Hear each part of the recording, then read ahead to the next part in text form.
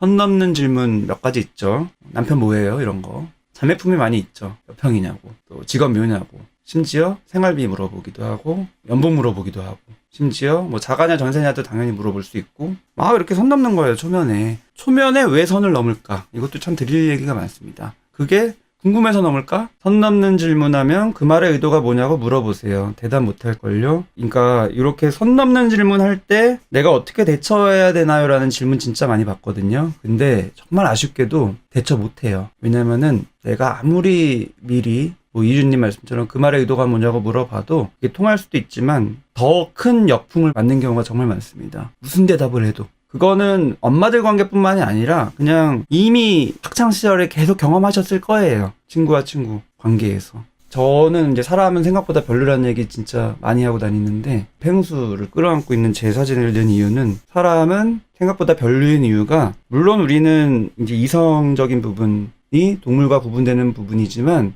본능적인 부분, 본성적인 부분, 감정과 관련된 거는 반사적으로 행동으로 나오게 설계가 되어 있어요. 그리고 그거는 인간관계에서 진짜 많이 드러나요. 제일 별로인 부분, 동물 같은 영역이 인간관계에서 많이 드러나요. 그래서 엄마들끼리 인간관계에서 아이를 중심에 뒀기 때문에 더 조심스러움에도 불구하고 나도 모르게 무의식적으로 상호작용이 팍팍팍팍 일어나면서 타타타타닥 됩니다. 그래서 정신 차리고 보면은 다 털려 있는 경우들이 많죠. 미네라이프님이 아주 잘 얘기해 주셨어요. 그게 보통 나쁜 의도라기보다는 정말 아무 생각 없이 말하는 경우가 많은 것 같다.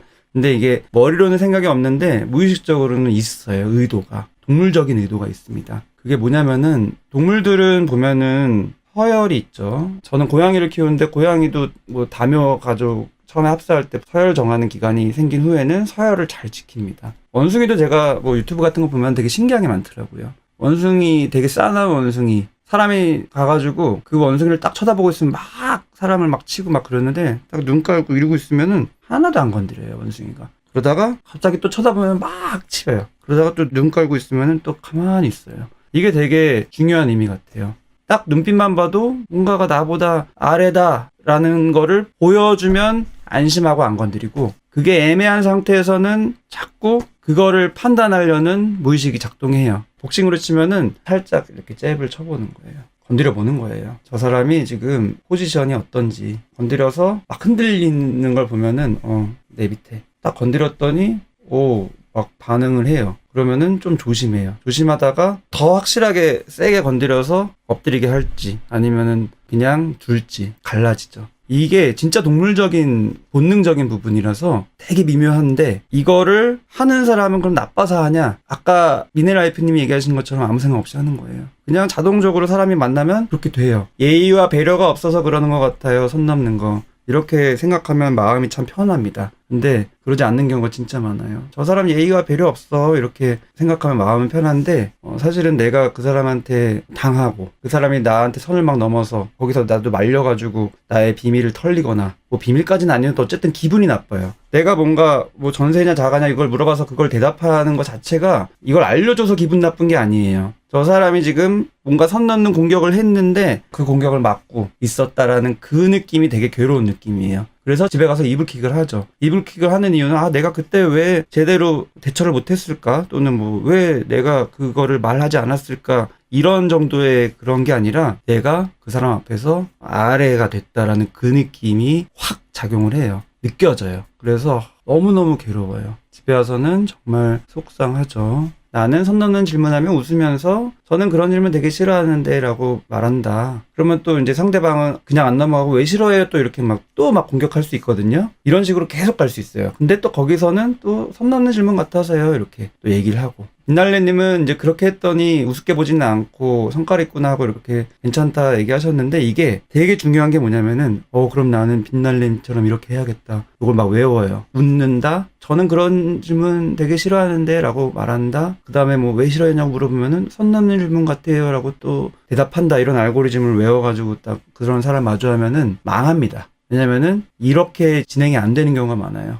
무수히 많아요. 어떻게 나올지 몰라요. 그래서 외워서 하는 게 아니에요. 그래서 제가 늘 강조하는 게 자기의 영역이 있는 게 너무 중요하다. 엄마분들이 특히 선 넘는 질문에 많이 힘들어지는 이유가 엄마로서 아이를 키우는 삶을 몇 년을 살다 보면은 내 영역이 막 없어져요. 그래서 아이들과 내 영역도 없어지고 나만의 어떤 영역도 지킬 수가 없어서 뭐 내 시간도 없는데 내가 좋아하는 거 아무것도 못 하는데 그래서 영역이 되게 희미해지고 막 흐트러지고 이런 느낌을 받거든요. 근데 이게 자기 정체성이 막 이렇게 훼손되는 건데 이게 진짜 중요해요, 멘탈에. 근데 이게 이제 점점 훼손되고 약해져 있는 딱 그때 선 넘는 질문하면은 쑥 들어갔다 쑥 나가고 막 이런 느낌을 받아요. 나를 막 관통하는 느낌. 그러면서 거기서 무너져요. 그런 질문에 당황해요. 당황이 되게 중요한 포인트예요. 당황. 당황이라는 거는 감정의 하나일 수도 있지만 내 이면에 있는 감정을 가리기 위한 나의 방어 기제로 우선 벽이 쳐져 있는 거거든요. 그렇게 막 나한테 선 넘는 질문하는 사람을 볼 때 나는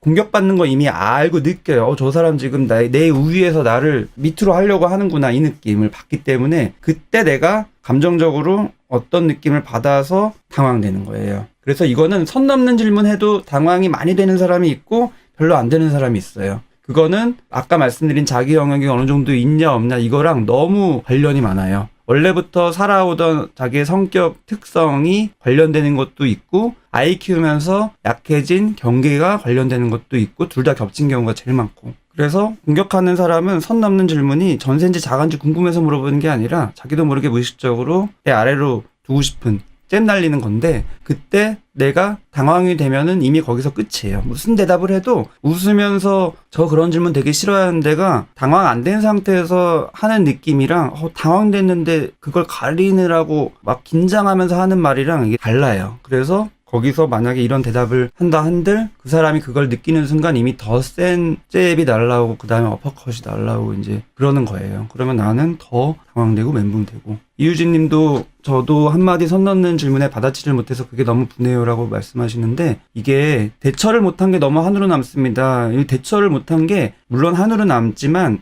대처를 못한 건 내가 그때 뭐 지혜가 부족해서 이런 수준이 아니에요. 보이지 않는 이 힘싸움에서 밀린 느낌을 본인이 이미 받은 거예요. 금댕님이 되게 좋은 얘기 해주셨어요. 혹시 그런 질문하는 게 치매내고 싶어서 그럴 수도 있을까요? 그쵸? 이게 되게 애매한 미묘한 게 많이 있어요. 그런 질문하는 게 친해지고 싶어서 그런 마음이 표면적으로는 당연히 있어요. 더 속해 있는 깊은 얘기를 나누면 친해지잖아요. 물론 그게 표면적으로는 있지만 친해지고 싶은 이유가 있어요. 되게 중요합니다. 관계라는 거는 참 공평하지가 않아요. 그래서 친해지고 싶은데 사람 대 사람으로 동등하게 친해지는 느낌이 아니라 내 아래로 두고 친해지고 싶은 느낌. 정말 좀 세게 말하면 호구 잡고 싶은 느낌. 이용하고 싶은 느낌. 이런 게 작용하는 게 되게 많습니다. 그래서 그런 식으로 끌려다니다 보면은 정신 차리고 보면은 맨날 우리 집에서 모임하고 있고 같이 엄마들끼리 모여서 어디 구경 갔다 올 때 내 차 내가 해서 내가 운전하고 있고 막 이런 상태가 되어버리는 경우도 많아요. 그럼 어쩌라는 거냐 이런 의문이 드실 수 있어요. 이게 짤인데 1990년도에는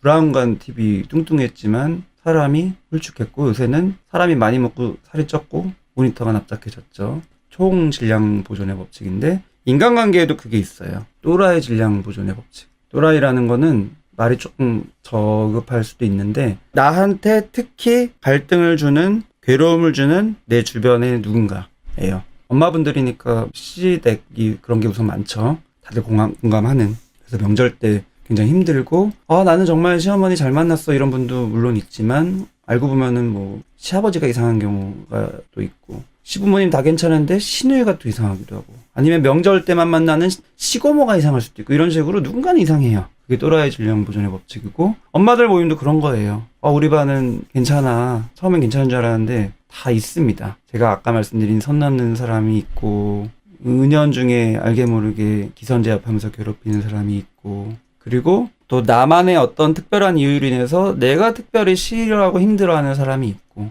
다 이유가 있어요. 근데 아무리 생각해도 내 주변에 또라이 없어 그럴 수 있어요. 그거는 바로 자기가 또라이인 경우가 많습니다. 나만 몰라요. 실제로 그래서 인간관계라는 거는 사람 대 사람의 관계라서 내가 어떻게 노력한다고 해서 막 해결될 수 있는 그런 영역이 아닌 게 되게 많아요. 심리학자들이 많이 쓰는 이런 비율이죠. 내 주변의 인간관계를 보면은 나는 아이를 키우는 엄마가 된 다음에는 특히 더 관계에서 조심스럽거든요. 내 주변 사람들이랑 좋은 관계 맺고 싶고 주변 사람들이 나를 좋게 봤으면 좋겠고 그래야지 우리 아이한테 좋은 영향을 미칠 것 같아서. 근데 사실은 큰 의미가 없는 이유는 내 주변에 10명 있으면은 7명은 대부분 나한테 크게 관심 가지지 않아요. 그리고 2명은 날 그렇게 좋아하지 않습니다. 그리고 1명만이 좋아할 수 있어요. 내가 노력하냐 노력 안 하냐랑 별로 상관없이 그냥 그래요. 왜냐면은 나의 노력에 의해서 만약에 인간관계가 개선된다고 하면은 그거는 호구되는 방법밖에 없어요. 갖다 바치고 다들 싫어하는 거 하고. 그러면 그렇게 해서 친해지냐? 친해지는 척만 되죠. 궁극적인 순간에, 결정적인 순간에는 나를 이용하고, 그다음에 이용 가치가 없어지면 버리죠. 그게 동물적인 영역이어서 이렇게 결국엔 되는 경우들이 진짜 많아요.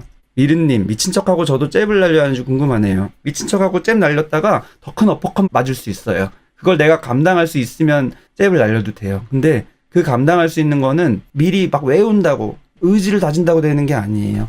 내 자아가 견고해야지 될 수 있는 거예요. 그게 아까 말씀드린 내 영역을 잘 지킬 수 있는 힘이 되는 거고, 아이를 키우면서 너무 분산돼 버린 이 관심의 초점을 나한테로 다시 가져오는 훈련을 많이 해야 돼요. 나한테 집중하는 거. 그래서 제가 늘 말씀드리는 게 아이도 중요하지만 자신을 잃으면 안 된다. 그러면은 뭐 우울증에도 취약해지고 여러 가지 괴로움이 있겠지만 이 관계에서 꼬이게 되는 게 진짜 많아요. 탈탈탈 털립니다. 회사에도 당연히 적용되죠, 조한국님. 그래서 이게 싫어서 이직하면은 또라이 때문에 이직하면 거기는 더 상또라이가 있죠. 팀을 바꿔도 마찬가지. 이런 얘기를 근데 제가 드리면은 이걸 인정하기 쉽지 않은 경우들이 많아요. 아, 나 싫어. 아, 나 몰라 안 들을래. 내 주변에 그래도 나를 다 좋아했으면 좋겠어. 이런 분들이 진짜 있어요. 내 주변에 다 나를 좋아했으면 좋겠어. 그거는 그 이유가 또 있어. 질문을 나는 왜로 해서 나는 왜 내 주변에 있는 사람들이 나를 다 좋게 봤으면 좋을까? 그런 희망, 소망이 있을까? 이 기대치가 되게 높은 거예요. 인간관계에 대한. 그런 분들이 인간관계가 꼬여요. 되게 공통적인 특성입니다. 왜 이렇게 나는 기대치가 높을까? 주변 사람들이 나를 바라보는 시선에 대한. 사실은 이 인간관계의 키는 내가 쥐고 있는 게 아닌데도 불구하고 이렇게 자꾸 쥐려고 할까? 연애랑 똑같아요. 연애도 저 사람 진짜 내가 간절히 그 사람을 원해. 너무 좋아. 그러면은 그 연애는 안 이루어지죠. 짝사랑으로 끝나게 되는 경우가 많습니다. 왜냐면 내 마음에 너무 힘이 들어가서 평상시에 내 좋은 모습도 못 보여줘요. 항상 긴장되어 있고. 그러면 상대방이 그걸 느껴요. 무의식적인 상호작용이어서. 쥐려고 하면 쥐려고 할수록 더 안 쥐어집니다.